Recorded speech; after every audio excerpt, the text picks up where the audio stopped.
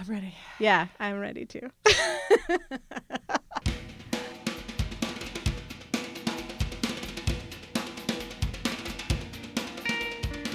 Alyssa. Hi, Arwen. Guess what? What? This is the 9th episode of season 2 of the Sub Pop podcast. Well, all right. Yeah. Our podcast is coming, our season is coming to an end. We're wrapping up with a 2-part special featuring Father John Misty, aka Josh Tillman. That's true. So episodes 9 and 10, Yes. if all goes as planned, should be delivered at once. Yes. Right? But listen to this one first. Yeah, won't you? Come on. but then Or again, not. if you're listening to this one and you already listened to the other one, I mean, you do you. Whatever. Just listen. Thank you for listening. Yes. In whatever way you want. And we are going to have a 3rd season. Is that confirmed? That is confirmed. What is confirmed is this is nearing the end of the 2nd season. And yes, there will be a 3rd TBD on that date. Yes. But definitely early 2017. What's going to be in the 3rd season of the Sub Pop podcast? Who knows? But we did get some great suggestions. We Actual did. real suggestions from Yeah. listeners that were helpful. Oh, I liked that someone pointed out, you know those Megamart ads? What if you actually linked from to the Megamart from Sub Pop FM? Which we do link to it, but we should Make get it more obvious. Yeah, like some sort of banner or something. Yeah, something like, here's how to get there. Yes, so that people can go to megamart.subpop.com. You got it right. I've known the whole time. Sure you did. No, just really good suggestions about people to follow up with, like maybe Greg Dooley's version of Tad sealing their van, Right. the Sub Pop van. Yeah. I would like to hear that. I would too. Following back up with some of the people we've already talked to, hearing from lots of suggestions from artists people want to hear from. Someone Love wants that. us to talk to Mark Arm specifically about salami. I'm not sure what that's about, but I think that Alyssa is going to have to get to the bottom of that. Alyssa and Mark have a very special relationship. It's just purely me teasing him and him tolerating me. This is what I recently realized. It's like you're a little sister. He has some slight hearing loss, and I think he can't hear me most of the time, and that's why we get along. He can't see me talking to him down there, so he's like, whatever.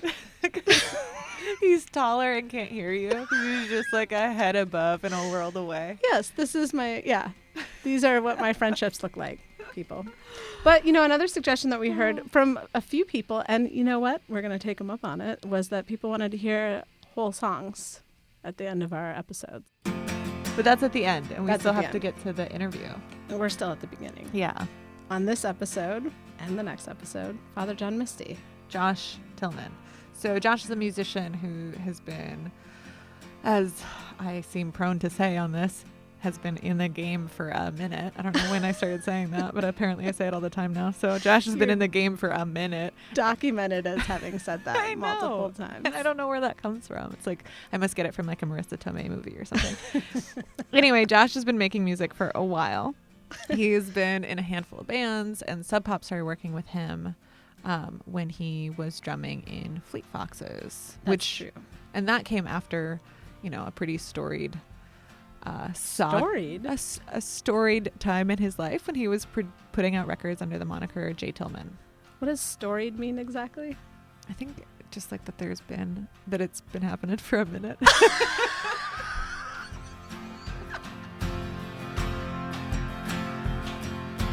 So Sub Pop has put out 2 Father John Misty albums. The first was in 2012 for Fear Fun, and then the follow-up for I Love You Honey Bear in 2015. Yeah.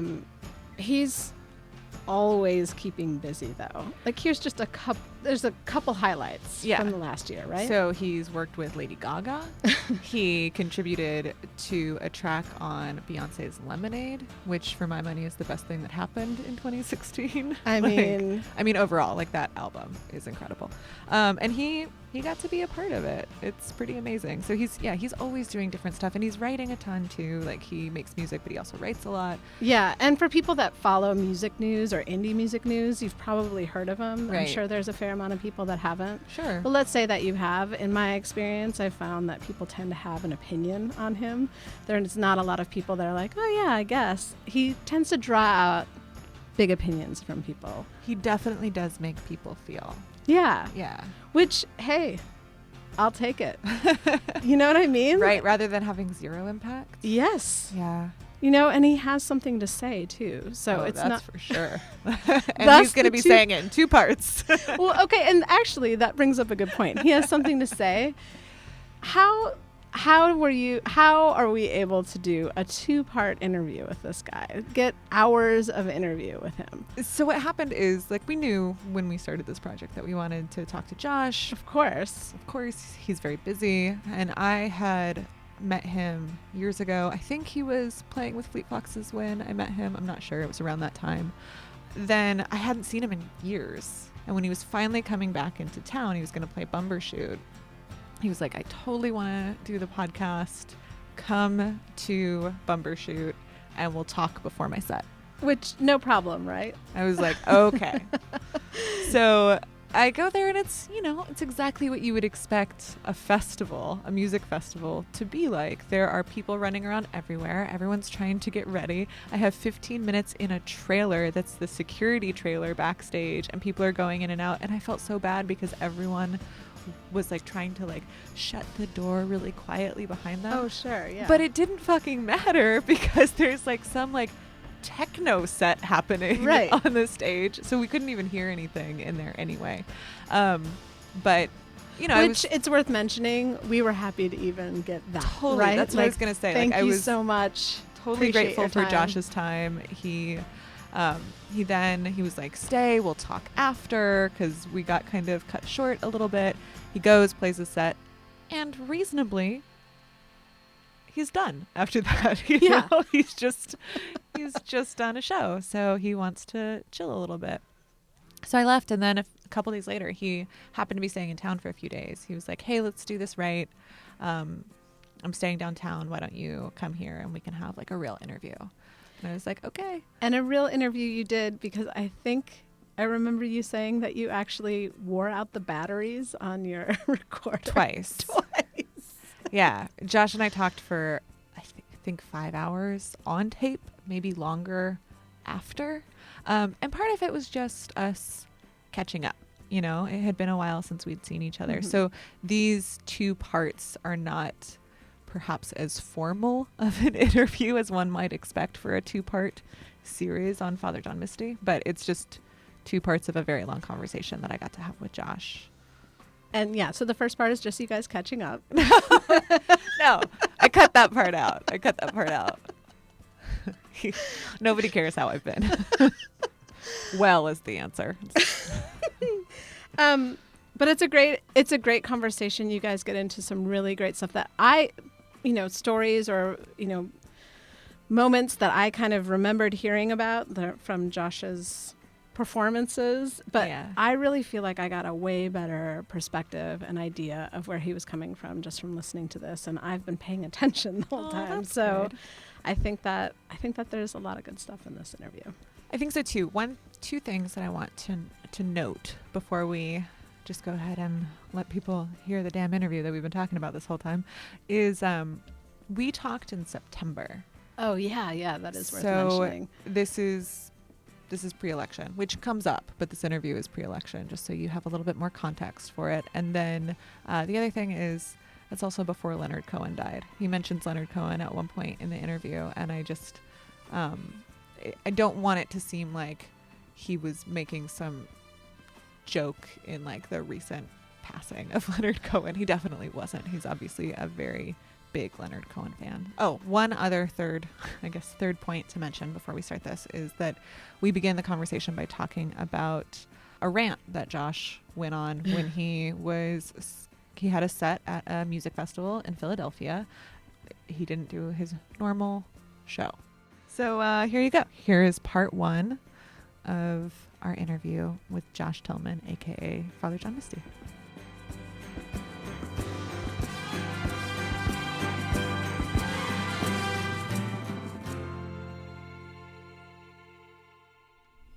I'm ready whenever you are, Josh. Let's do it.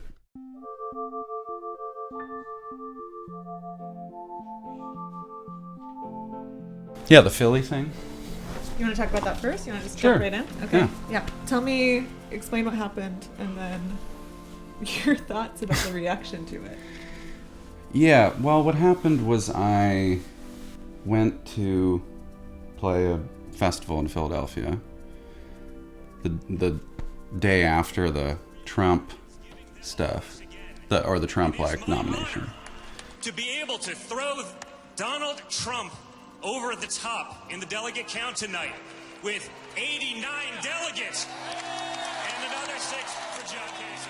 And I've been watching it in like a bar full of people, and all kind of like, I guess, a similar ilk of person, and everyone's just like making jokes, and it was like a very weird. I just found it like a very strange, just like a very kind of grim defeatism combined with like a nothing is real sort of. I don't know. It's just like an interesting, just that reaction to me just sounds a lot like the reaction on TV that we entertain ourselves with, like the outrage, the comedic outrage or something, It's kind of the last resort of like powerless people, to like satirize or... And I cannot believe I'm saying this, is Donald Trump. And I say that knowing that every time his name is said out loud, he has a shattering orgasm. And look, just these like airtight kind of, I was doing it too, I mean, I was like, my main imperative in that situation was like, okay, like, no, I know what to say, or like, I know, no, here's how, or just whatever, you just get caught up in that. And then the next day, I went to Philly, and I got backstage, and like, everyone there is just going like, oh my God, what is going on? Can you believe it? Like, all the people from the station, Sure. People that I know there, and they're just going, Josh, can you believe this? Oh my God. It's like, and I was like, yeah, it's fucking insane. And right up until I got on stage and picked up the microphone, I was just gonna do the set, And I look out, and it's just kind of a seat, people are in lawn chairs, and I don't know, I just, in that moment, I had a really hard time transitioning from like, I've done like 250 shows like in the last year and a half. This is the only time I've gone so off script. Entertainment complex that we have constructed for ourselves. Where do people realize we have an entertaining tyrant happening right now? Like, hilarious.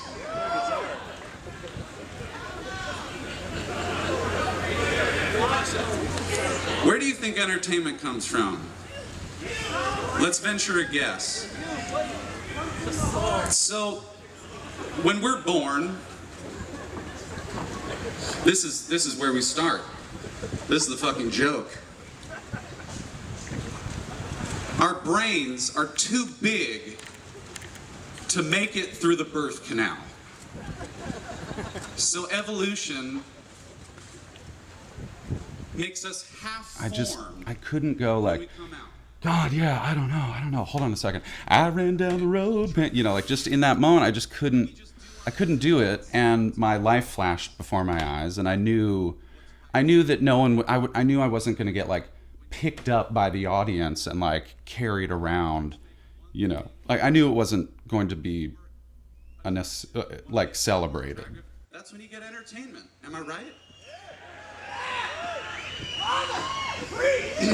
I'm deeply off script right now.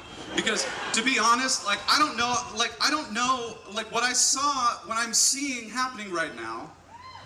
I don't know that I can rationally respond to this. It's insane. It's truly insane. Are we just supposed to have like a blues, like a chili off right now? And just wait for someone hilarious to say something hilarious that makes us feel better about it for a This second? culture has perfected counterfeit, problematic, or rebellious, or subversive forms of entertainment that are not, they're not truly problematic or subversive or whatever. They're entertainment, And when I got up on stage, the first thought that came into my mind was like, is more entertainment like what we need right now?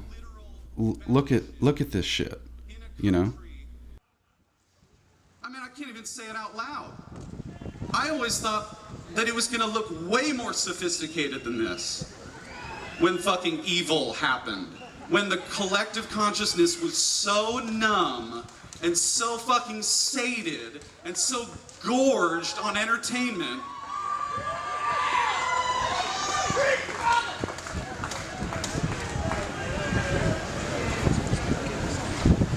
I expected a less cliche evil. And now it's just this bad, it's not even good writing. It's not even a good narrative.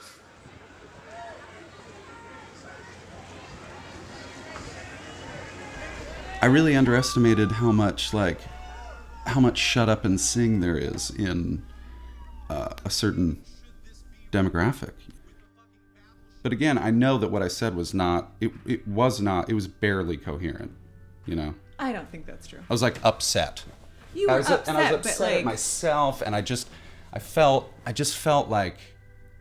Well, then tell me if my translation, my interpretation of what you said is correct at all. It seemed like what you were saying was that our reaction to the Trump nomination, like as a whole, like, and when I say our, I mean like people who say that they're upset, that they don't want this to happen, that the reaction on the whole is really mild compared to the threat of what's happening. Because since Trump is an entertainer and we're so ready to be entertained all the time. Powerless to entertainers. Yeah, that we are reacting to it as if it's unreal in the way reality TV is, instead of reacting to it in the way that like, this is a terrifying thing. Right.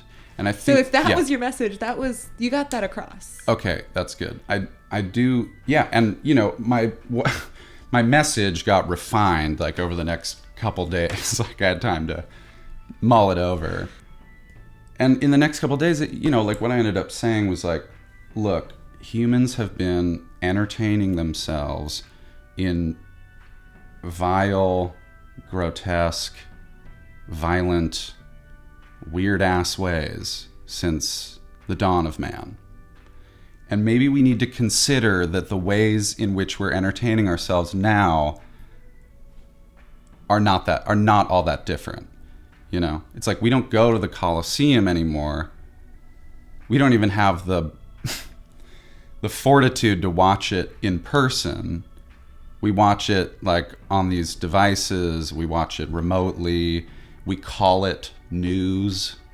We presume that it, by virtue of watching it, it makes you more humane, you know, or more compassionate, which is like definitely not a conceit that people of antiquity did. So it's almost worse.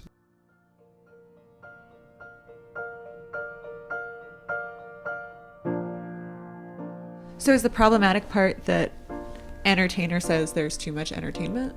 Yeah, which I kind of love. There is this idea of artists now, more than ever, that they are these drooling savants who like occasionally accidentally come up with something resonant. So awfully glad to be here for yet another mindless day.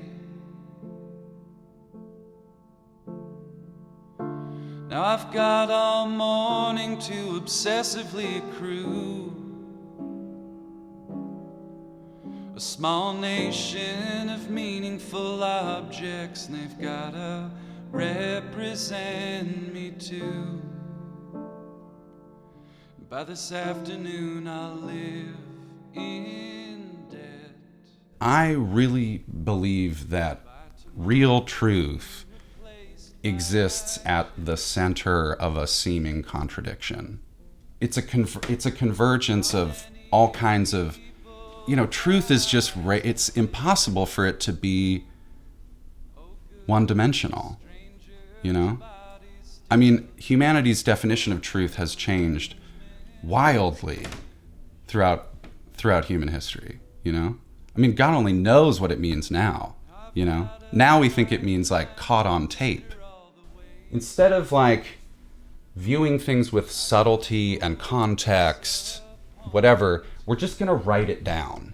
And then anytime this issue comes up, all we have to do is just cross-reference it with the law that we made.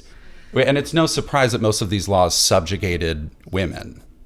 So you're saying that, like, so as far as like the misogyny thing, we'll take that for example, that the critique that Josh Tillman is a misogynist is true in some ways, but it's also true among 1,000 or 100,000 or 1,000,000 other things that are also true. Yeah. That, like, you're not going to deny that there are points of that exist in you. But as you said the other day, that everyone contains multitudes. So to deny it would be kind of futile, because of course that's true and other things are true as well. Right. Do you think that that's a cop-out at all, though? I mean, I will just put for the record that I have, and this is what I really hate about the word troll in terms of it being applied to me, which is that it is one of the defining characteristics of an online troll is like abusing women on the internet. So it really fucking disgusts me. Like, I hate that word. I hate it.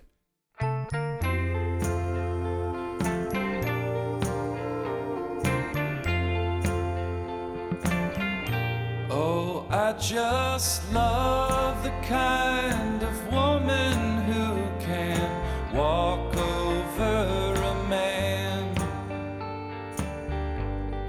I mean, like a goddamn marching band. So let's take, the context of how I'm relating to women, like, in that album. Like, the cover image is me as a baby being held by, like, a goddess Madonna woman and groping at her breast.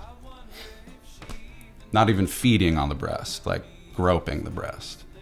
And you can look at that and say, like, what a fucking, God, this guy's just showing his whole hand. Like, this is ridiculous, like.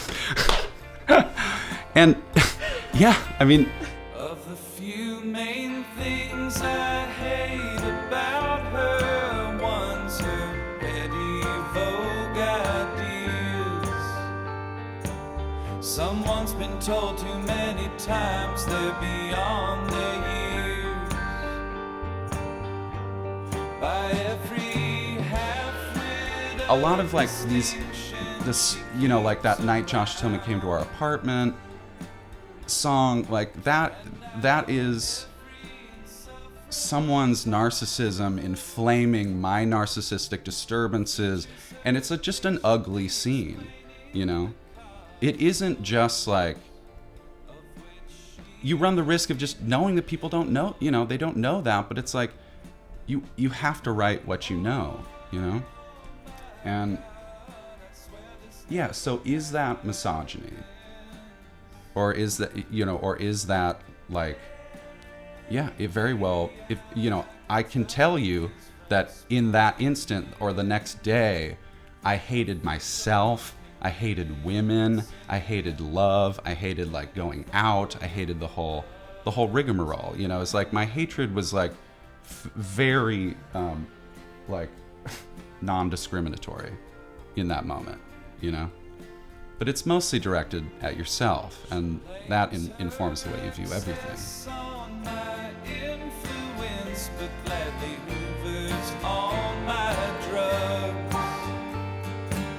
I found her naked with her best friend in the tub.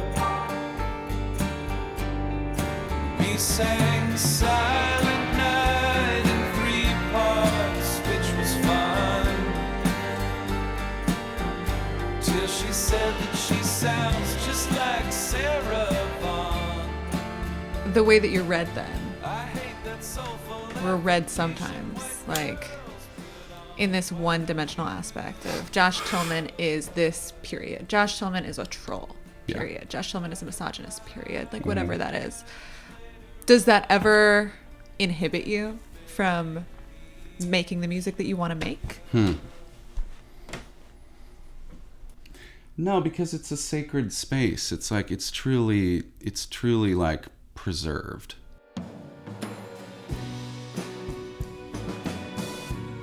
if anything, I will worry about it after the fact, you know. I mean, it really, I stopped playing that song live. I stopped playing that and Strange Encounter because I hated, mostly because, not really because of the guilt, because I understand where I'm coming from with that song. So there's really no reason for me to like shame spiral about it because I know intimately my intention, you know. But looking out at an audience and seeing people mirthlessly grinning ear to ear with like sadistic glee as some girl that they hate is getting, you know, dismantled was gross.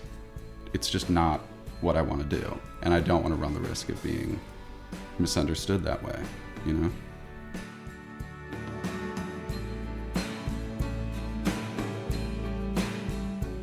We're just going to interrupt for a quick break from this interview to feature our world-famous,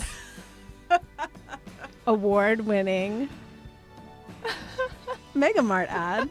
And who is this Megamart ad featuring? This one is actually really special because this is a Megamart ad featuring Tad Doyle. A Tad ad? A Tad ad.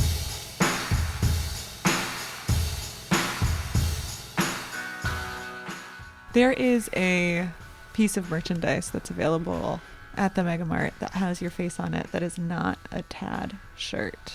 It's a Father John Misty shirt. Yeah. And I was wondering what you thought about that.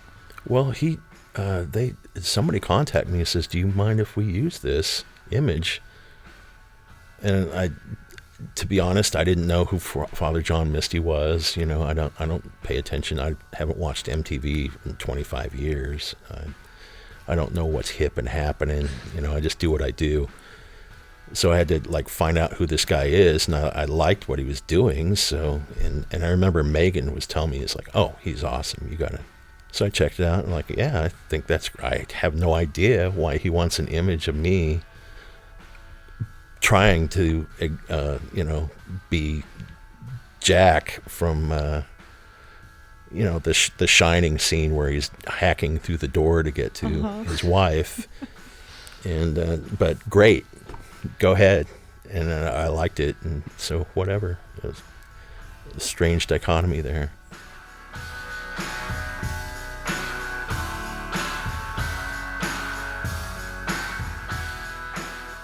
So just to explain, for those who don't know, there is a shirt that is a piece of Father John Misty merchandise that has a picture of Tad, who is pretending to be Jack from The Shining, like you said. But this is like actually a shirt that you can get at megamart.subpop.com. Wait, haven't we brought up The Shining? Yes, like in 5 episodes. And when we shared this shirt, like on social media from Sub Pop's accounts, people were like, "Oh, that's hilarious. That should be a real shirt." And it's like, it is. It is a real shirt. You know what? Actually, this is happening. You may find this quite easy to believe, but just night before last, I did a watercolor painting inspired by The Shining. We do have more of our interview, though. Oh, let's go back to that then.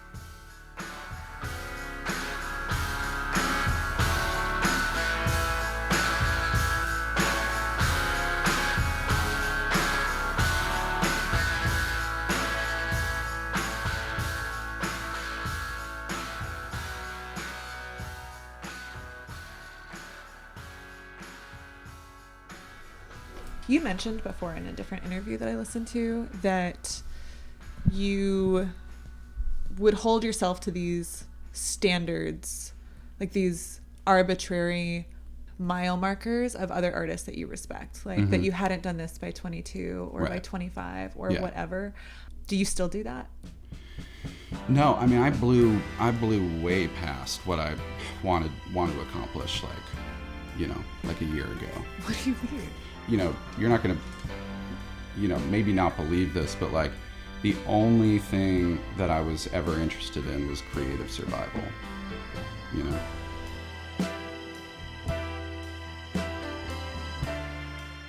I don't want like a Grammy or a gold record I just wanted like a seat at the table. That was really it.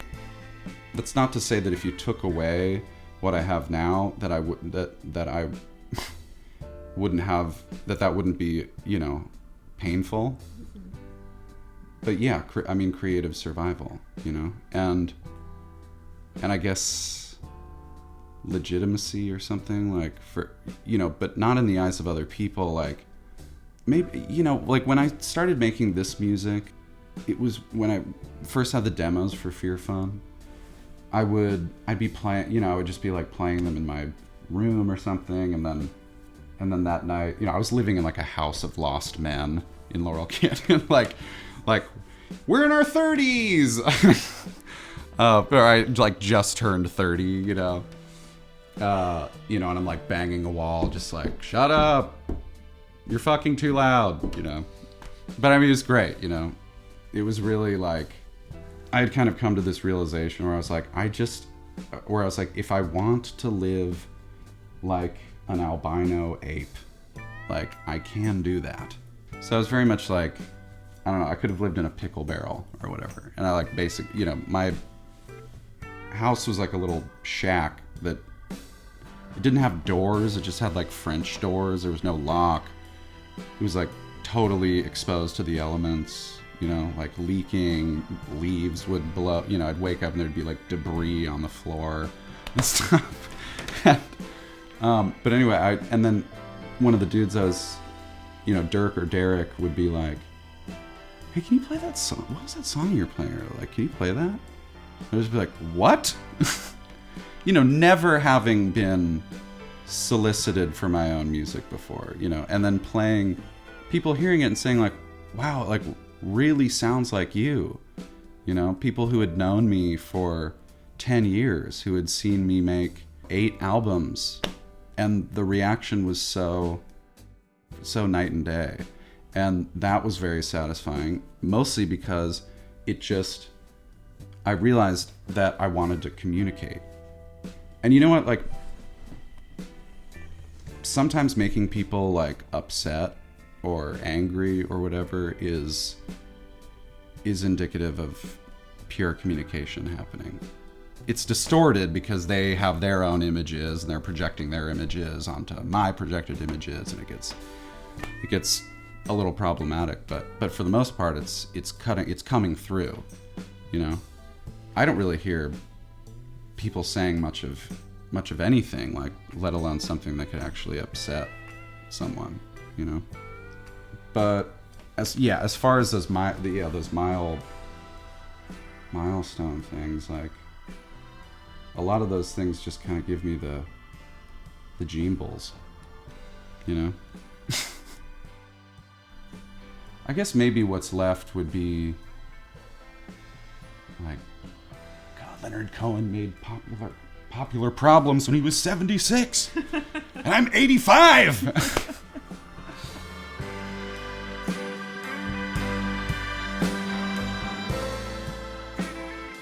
Okay, so that concludes the first part of our interview with Josh. Again, more next week. We're going to talk about a lot of stuff, talk about why Josh Tillman quit music for a while. And we're going to talk about being taken out of context in interviews.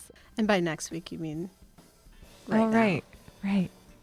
Like, when we're done talking, we're still going to be talking, just in the next one. Oh, the next part of the 2-part. I've had enough of me. Alyssa, what are your recommendations / video corner / taking a minute this week? I do have a minute to say, after you watch all of his official music videos, because they're all excellent, please do yourself a favor and watch his Letterman performance that dates back to 2012, May 1st, 2012, in fact. If you search Father John Misty, Only Son of a Ladies' Man, and watch that live performance, I don't even generally love live performances on like talk shows. They can be hit or miss. Yeah. This is hit. Yeah, I remember it's that so one. Good. Yes. It's really good. It's worth watching. And I'm a big fan of the Nancy From Now On video. Oh, yeah, that one's great, too. They're all great. It's like really touching. I do. I agree. That was a nod. You gave me big eyes. She gave me big eyes, people. You can't help it. All right. Well, hey, thank you to the bosses, the staff, Josh Tillman, all of you. Who else? Who else do we need listeners. The listeners. And thanks to everyone who has been sending in their address to get a postcard from us. Oh, yeah. I just And sent suggestions. Yes. I sent out another batch of postcards today. I love it. I will send out more. Yeah. It really you guys does are the make, best. Yeah, it really does make all the difference. It feels good to get Yeah. that. And write to us. Give us more suggestions. We are going to be planning season 3 any minute now. Any minute now. So, okay. And then also one last bit of business. All the music you heard today was from Father John Misty's albums, Fear Fun and I Love You, Honey Bear. Mm-hmm. And the song we're going to be ending on, Real Love Baby, not found on either of those albums. Yeah. It's a single. Enjoy.